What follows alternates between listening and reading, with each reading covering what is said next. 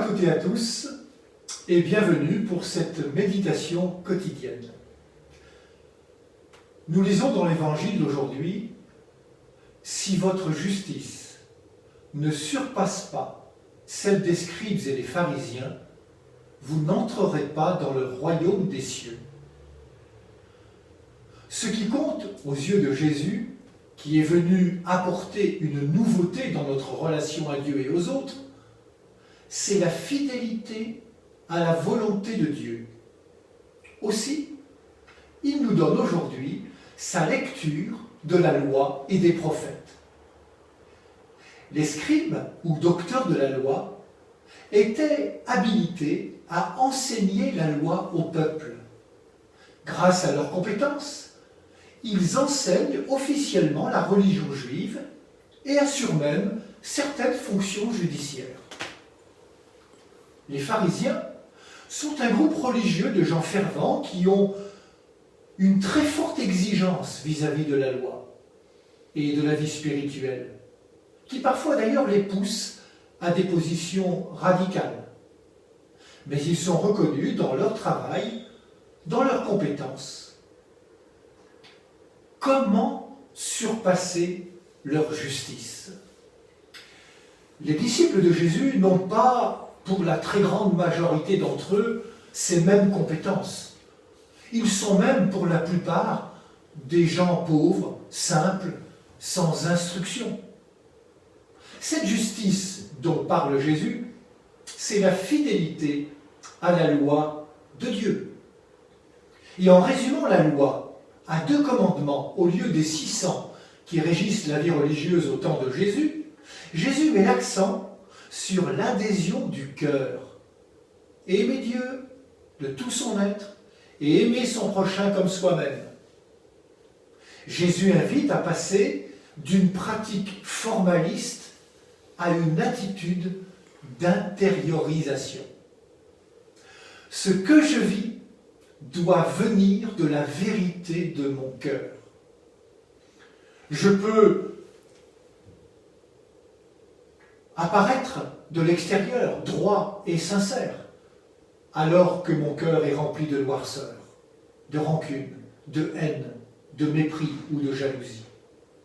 Surpasser la justice des scribes et des pharisiens, c'est chasser toute forme d'hypocrisie de son cœur pour rester fidèle à la loi d'amour du Seigneur.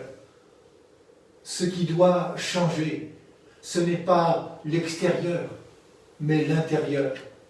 Ce qui, convenez-le, est beaucoup plus exigeant. Ce qui pourrit le cœur du dedans, ce n'est pas d'abord le geste de tuer, mais c'est la haine, la rancœur, le mépris, la jalousie. Et ce qui compte pour Jésus, et nous savons d'expérience que cette exigence de vérité du cœur est le chemin de la liberté, heureux les cœurs purs, ils verront Dieu.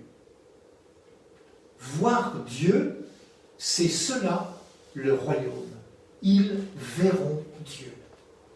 Et Jésus prend l'exemple du rite de l'offrande au temple.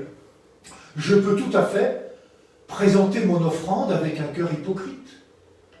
Pour Jésus, le plus important à ce moment-là n'est pas l'offrande à l'autel, mais la réconciliation avec son frère ou sa sœur.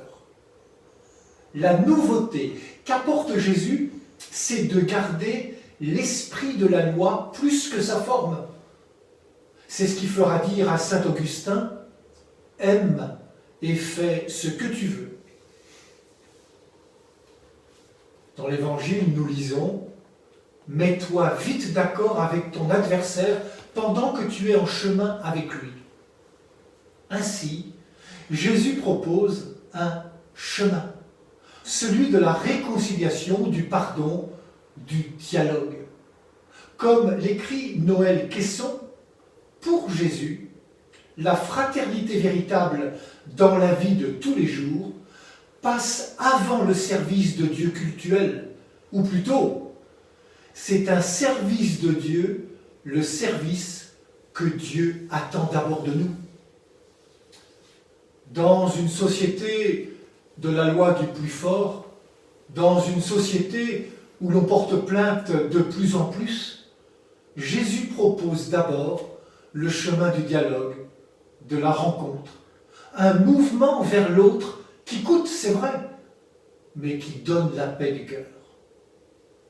Bonne journée à toutes et à tous.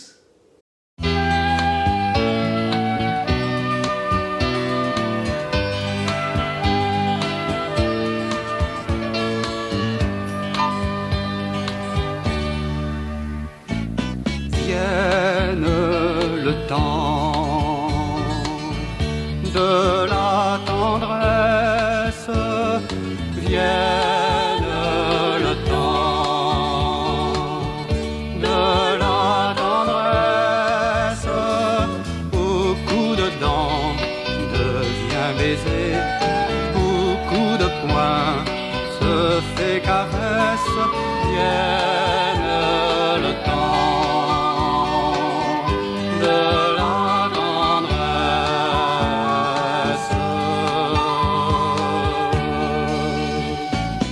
Vienne le vent de la tendresse, vienne le vent de la tendresse qui soufflera nos peurs d'aimer, qui gonflera nos voiles mortes, vienne le vent de la tendresse.